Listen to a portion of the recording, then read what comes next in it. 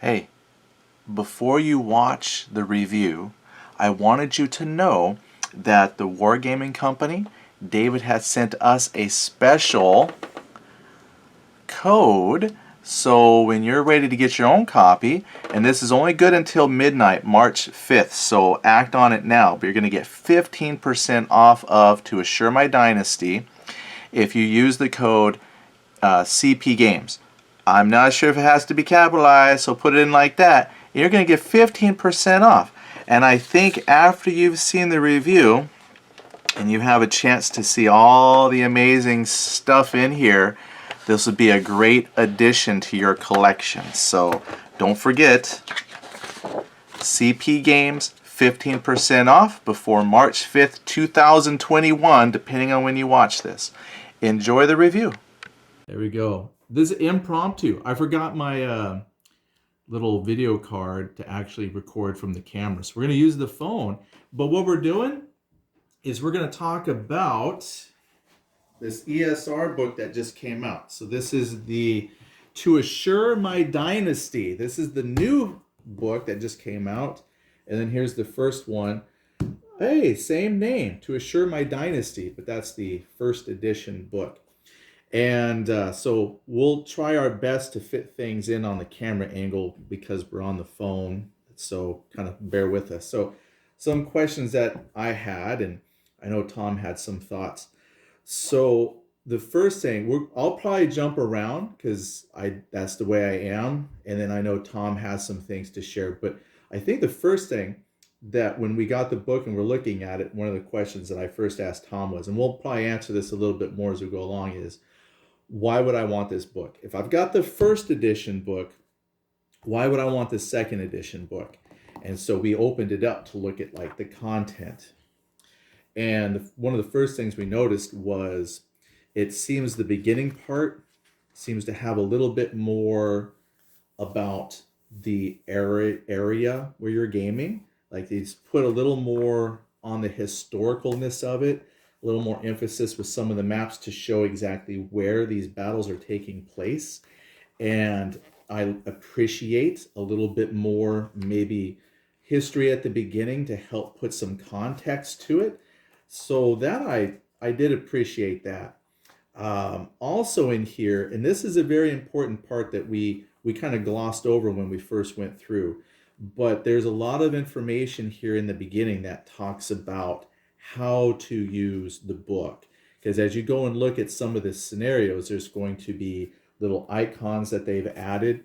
And David was telling me that part of what you're looking at is to help assure compatibility between, let's say, the first edition, this edition, and maybe upcoming. So he's trying to himself come up with some organizational tips that will help him unify everything now, past, and going forward. So some of this stuff might not make sense immediately either, but in time, we should get a better feel for his coding and different things that he has. Even some of these, there's some things here that didn't strike us as something that we knew right away, but he said that for those, it isn't necessarily first edition only, but it's things that he's putting in to help, again, bring a unification to past and future products and whatnot.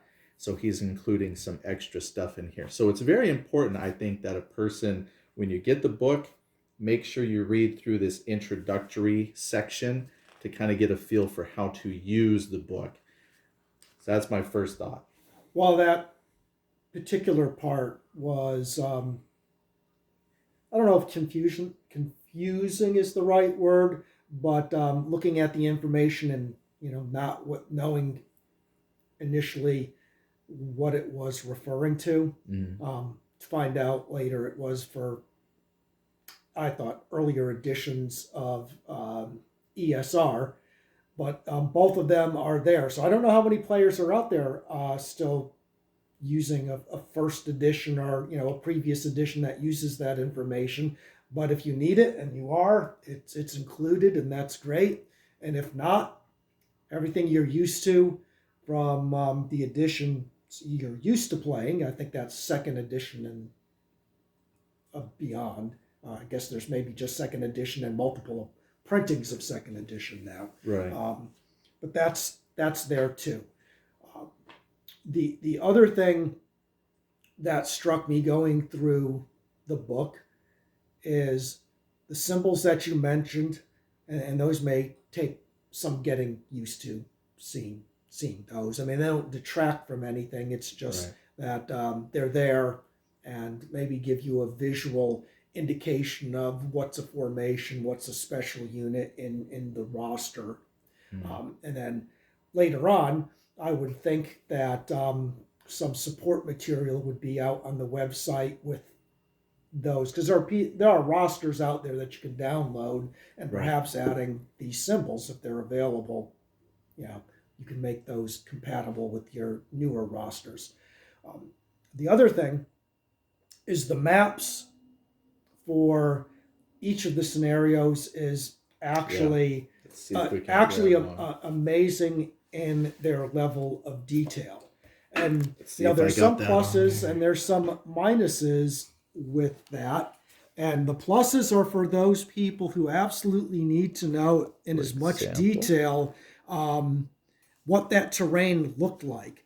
Now, the minus may be from a gaming perspective, looking at some of these, it's like there's no way I've got I guess I'll call it the bandwidth or the material to replicate the map of that area in that level of detail. And so there'll be some, let's say, simplification of it. And that's, I think Eddie was showing Rolica. Yeah. And, that's a hugely detailed map. Let's see. And, because I think you got it over in here. Comparison to the first edition is we have this. Now, this I can replicate fairly easily with my tabletop terrain available.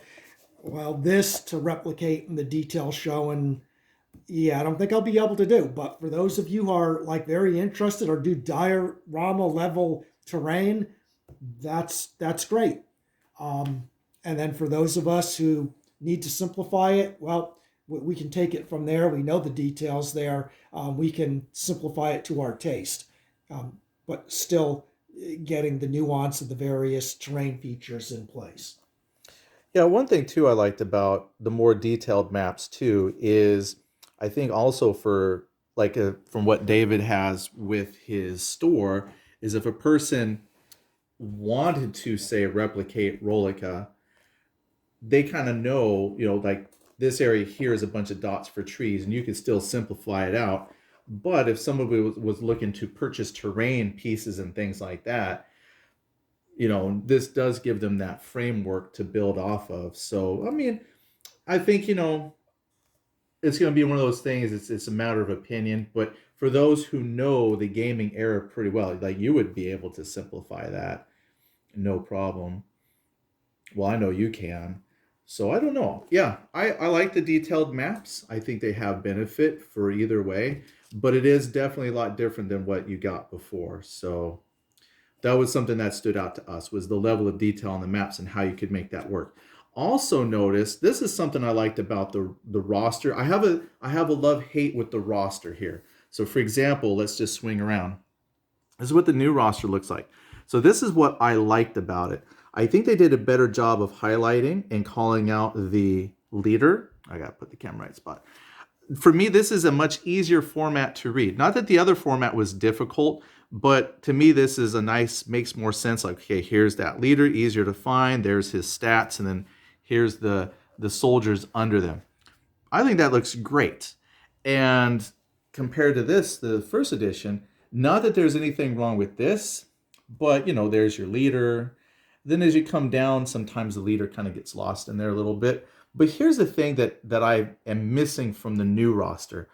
I like the fact that right here, you got a spot for the objective, order directive, fatigue. If a person were to take this roster as it was and photocopy it, you pretty much have what you need to play. Here, okay, this tells me everything I need to play in terms of what miniatures to bring, but I'm going to have to bring my own additional tracking method. I mean, that is maybe a minor thing, but it prevents me from just simply sticking this on the copier, Xerox it, and then I go play my game. I have to make more of my own additional boxes and things like that. So in terms of playability, I think I like this layout better. But in terms of reading your forces easier and getting your stuff kind of organized, I mean, I like this. It'd be nice if you had, for me, like this kind of visual layout, and then a section with your boxes to mark fatigue or directives, because then you could just stick it right on the Xerox. Well, I think you have what came down to a difference in formatting. So when you have the spiral binder, Mm-hmm. you're able to put this down on a scanner and go ahead and get this page off as you need. When you went to hardcover, now this you can't just flop down on a flat scanner and go off with it. So in this format, having this maybe wasn't as important. Right. And then looking to the future, it may help drive people to the website where you can pull at least a blank roster and build it. And so maybe that's an idea for the future. Like on the website, do you start placing pre-built roster sheets for the various battles that you have in your scenario books, which would Mm. be great player aids. And I don't think there's nothing to prevent people who are out there playing now from, I think, submitting them and having David put them up if you so choose. Uh, yep. So those are a couple thoughts there on the roster. I think probably the biggest thing, like if I was going to say, why would you purchase this? And there might be some other things we could discuss too. One that comes to mind real quick before I flip to the back was you did notice on at least one of the scenarios there was a difference in troop. Uh, Well, I think some more research was done. So there are variances between the orders of battles between books. Some there might not be any, or there might be a very minor difference. I think most of them would be fairly minor.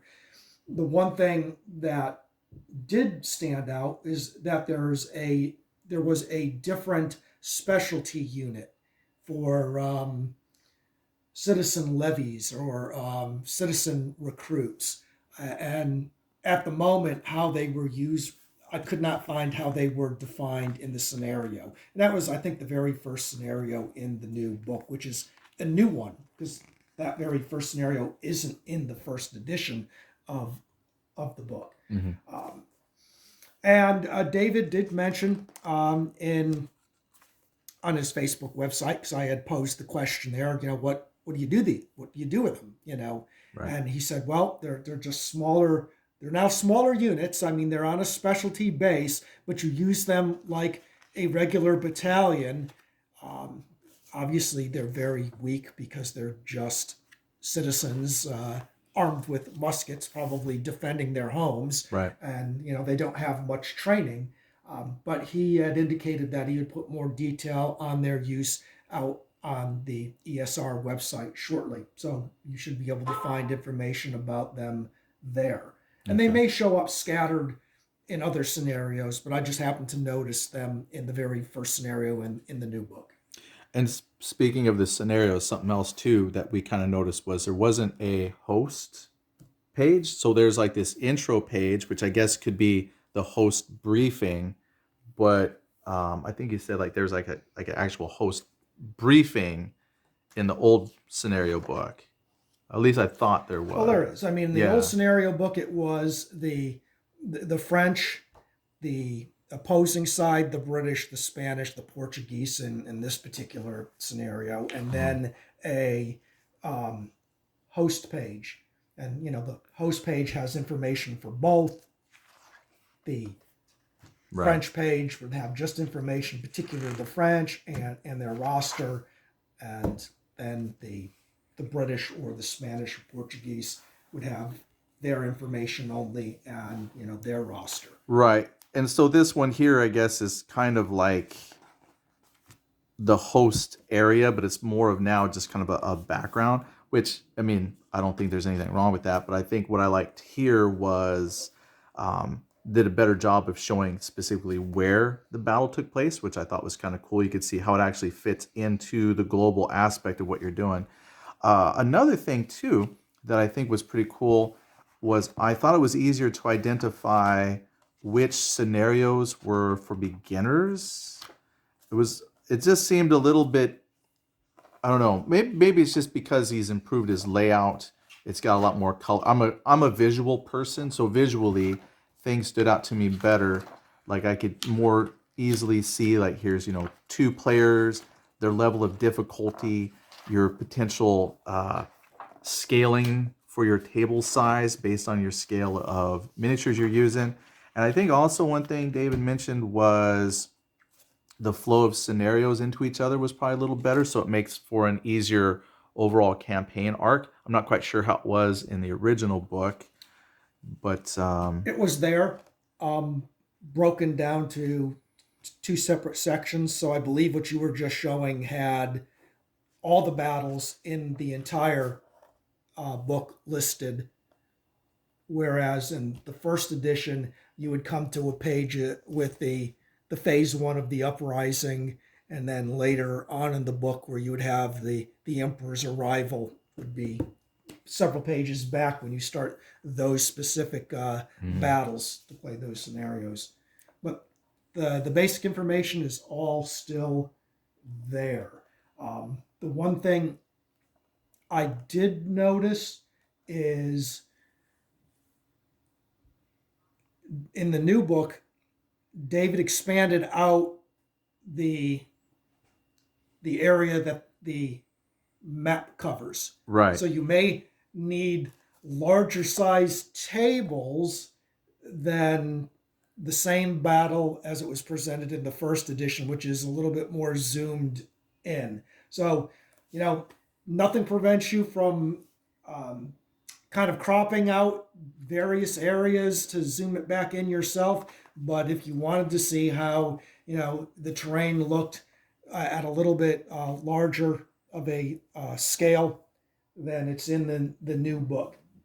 Yeah, because I remember in our Russian campaign, there was a couple maps you said, well, like it'd probably be very rare that people are going to be up in this mountainous area with their actual soldiers, and if your deployment's down here, so if you had to, you know, you could crop, Yeah, you could, you and could then just crop, say this is uninhabitable terrain going up that but way. at least you know. Which in the scenario details you might find out very well that all this is super dense terrain and stuff like that, and you're not really going to Yep, be moving up wouldn't there want anyway. to. Yeah, so you could do that a little bit yourself.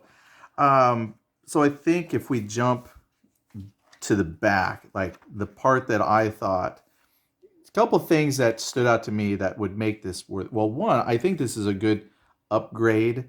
Um, I know one thing Tom and I noticed right away was the lack of spiral binding, and the more I got to thinking about this outside of like the review, it's like, I don't think for a scenario book that's as big of an issue for me, because most of the time, once we have our roster, it's very rare that we go back and actually consult the scenario book. I think sometimes it's because we do copy. Well, you do. Like you'll print out the page for the French player or the other player, and it would be difficult to get that out of the book. But like once you have the information you need, this is kind of a cool historical map looking thing. But I don't know if the scenario book necessarily needs to be the spiral binding. I think it looks I think it looks great in the way it is. The rules, I would still want them to be spiral bound, but I think within the context of this, I'm okay that the scenario book isn't spiral bound.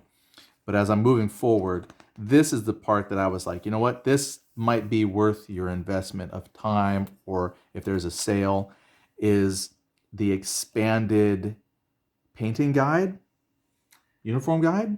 Yep. And I believe that is like one of the huge pluses with the new edition, because how many times do you have your miniatures in front of you, and hey, you've got a view of the figure through various sources from the front. Hmm. But you never know what the turnbacks look like. Are they red? Are they white? Are they white piped red? Or are they something else? Well, the new version of the book will provide that to you. And the other thing you often don't have is from a cavalry perspective, like what's the saddle cloth? What's the edging and the piping on the saddle cloth? What is Yeah. the horse furniture look like? And again, in the new book, you're going to get that. And I think that is a huge plus. So um, kudos, or Let's in see. naval parlance, bravo Zulu to Not the sure. folks who worked on putting together the uniform guides on this one. I think David had mentioned somewhere that his wife does most of that part of the work, and if that is true, well, congratulations, David's wife. You did an awesome job. And Good I'm work. and I'm trying to remember. Dave told me, but my memory is terrible.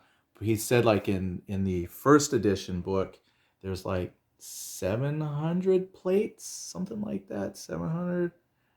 I'm making up numbers at this point, but then he said there's almost like 2,700 here, like three times as many plates because it's got the backs and the saddles. So there's a lot more, a lot more. And yeah, and I'm actually was very impressed because I think when I first flipped through here and I didn't know anything about, if I can find it, the Spanish with the, and I found out it's called a bag. So if I can find, I don't remember where it is, but they've got that long piece in the back with the Yep. intricate piping. A flam, Yeah, I believe it's called in here we Spanish. go. Yeah, there they are. Yeah, in English, I guess he said it's the bag because it. Uh, David explained to me, but again, I don't pay attention very well sometimes. Sorry, David. It made sense when you told me, but now it's been a week. I don't remember. But I never would have known this. See, and I think maybe the value I'm looking at this from the perspective of a new player, like one, I wouldn't be able to get the first edition book, right? So as a new player, this for me is actually outstanding because one, I don't own other books with plates and things. I've got like my wife got me one, but I guarantee it doesn't have the backs in the span. You look through it, it doesn't have the extra plates for the backs and saddles and things like that. You have to guess at some of that, which I did do before. So as a new player, I think this is fantastic because I never would have known. And to see it, it does help immensely because sometimes the backs don't always match the front or it's pretty close or easy to see, but there might be some things like I never would have known to have had the intricate pattern, and the pattern is also can be based on the unit and things like that, the colors of it. So yeah, I also agree. This is a fantastic guide for painting on in the back here. Well, for those of you who will eventually build Spanish forces in 10 millimeter, um, I commend you and your eyesight if you are able to do anything with those various designs on the back of the bag at that scale. Now, Tip of a needle. those of you who watch counterproductive video probably know we're using my 70-second scale figures, and yeah, my Spanish do have that design on the back, and they are not easy to paint even at that size. But my eyes aren't 20 years old anymore, so you younger folk, head go right to it. For somebody who's an enterprising young lad, how about if you designed a decal or transfer for us that There you we can go. just buy from you, and we'll put them on our miniatures. Yeah, that would be helpful because I guarantee if I try to do that with anything, it's just going to end up being a yellow blob, just a solid Yeah. whatever. The But fact is, you alluded to that each regiment may have a slightly different design to it, mm, makes it even more difficult.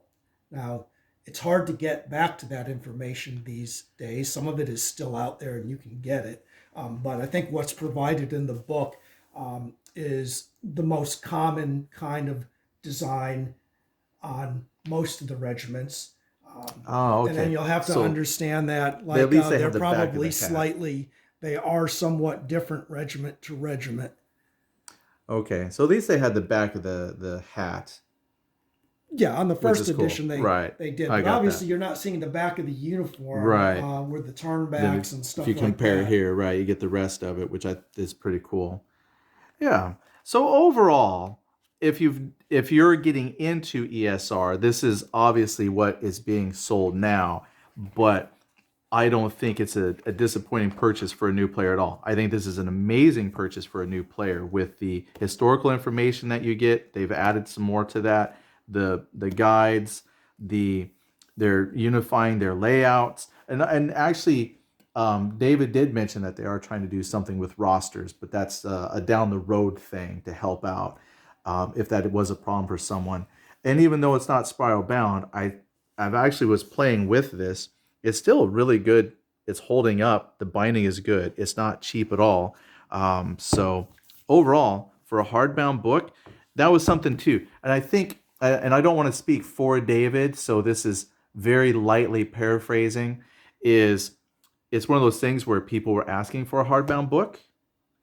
So now there's a hardbound book. Then you got people saying, but I don't want a hardbound. I want spiral. So it really kind of comes down to, I don't think he was going to find something that pleases everyone, but I think what he's got here though is a really good book. So the question that I would have for Tom, and not to necessarily like really put him on the spot, but since you are a first edition owner, you have what you need. What do you think would compel you to go out and purchase the updated book? If it's for something that I already have, I will be honest with you. I would not go out and purchase a Assure My Destiny second edition. But as new stuff comes out, for example, if we're talking about the 1813 campaign, and we know we already have an ESR campaign book for the first half of that, and we're waiting on a 1813 second half. I have no qualms about going out and purchasing the new edition 1813 book if for the new scenarios. So both of them will sit comfortably on my shelf Good. without any qualms. I just personally going back to repurchase stuff that I already have, That's tough. unless there's something really extraordinary in it. Like if someone said, for example, instead of one new scenario in the revamped edition, there's like 3 or 4, then I might rethink. Um, but then I think there's an opportunity there to maybe do like mini books for your new scenarios if you wanted to. Right. And there's a way to perhaps get them out there and have PDF purchases where you can purchase scenario for a few bucks if it's a new one that wasn't included in your old edition. That also might be an opportunity. Cool. Well, I think that's a fair assessment. So overall, good. It's a good book. So if you don't have it, grab it. I don't think you'll be disappointed, and it gives you a look at the new formats and way things are going to be going forward. I mean, not saying that every book will be a copy of this, because he'll take feedback, I'm sure, and make adjustments. Everything's always in flux, but it's a good way to start. All right, we'll kind of end it there. Or did you have another? Yeah, one other thing to Yes. finalize. Yes, please. In the first edition, David had different pages that had indicated areas to go for further reading and that's right. further information. Yes. So I want to end, because if you're investing $60 in this book, I have a suspicion that you're invested in the era and you want to know more. So having that in the first edition, it's like, here's some further reading. I think that was a good part of it. Some of it could still be in the second edition. I haven't come across it. So I'm just going to put out 2 things. They were mentioned in the first edition. So Nothing new for you who have the first edition or are familiar with the period, but if you want to know more, where would I start? As an overview, the Spanish ulcer is a great kind of intro to just the war in the peninsula. This covers the entire period from the French invasion all the way to Wellington getting into France in 1814, but very nice, smooth writing style, plenty of maps in here. This will get you some more detail in some of the scenarios that are in To Assure My Dynasty. Now, if you want to go even deeper, there is another book, and this is actually a 7-volume set that was written in the early 1900s. And so source information, I guess some of it was closer to being contemporary then. Charles Oman's History of the Peninsular War, 7-volume set. For the one that includes the scenarios in To Assure My Destiny, you would be looking at Volume 1, 1807 to 1809. Written in the style of the early 1900s, so this may not be your cup of tea, so to speak, but this one definitely has a lot of detailed information. I think someone wanted to interrupt. Perfect. Good. Someone with a spam risk. Someone. They have information about your auto insurance or your car my warranty. Auto insurance. The message says to learn more about ESR, call 1-800. Send me $50. Perfect. Yeah, it looks like that's nice. Thanks. I guess you could say that was your cameo by David there. Yeah. Well, anyway, no, but good. Thank you all for watching. And yeah, if you have questions, feel free to ask them in the comments if you want to know, because we kind of tried to keep this a little bit short because it's on the phone, and then it's like, well, we're comparing books. But definitely, if you have more questions or anything like that, don't hesitate to ask in the comments, and we'll talk to you later. Thanks. Bye.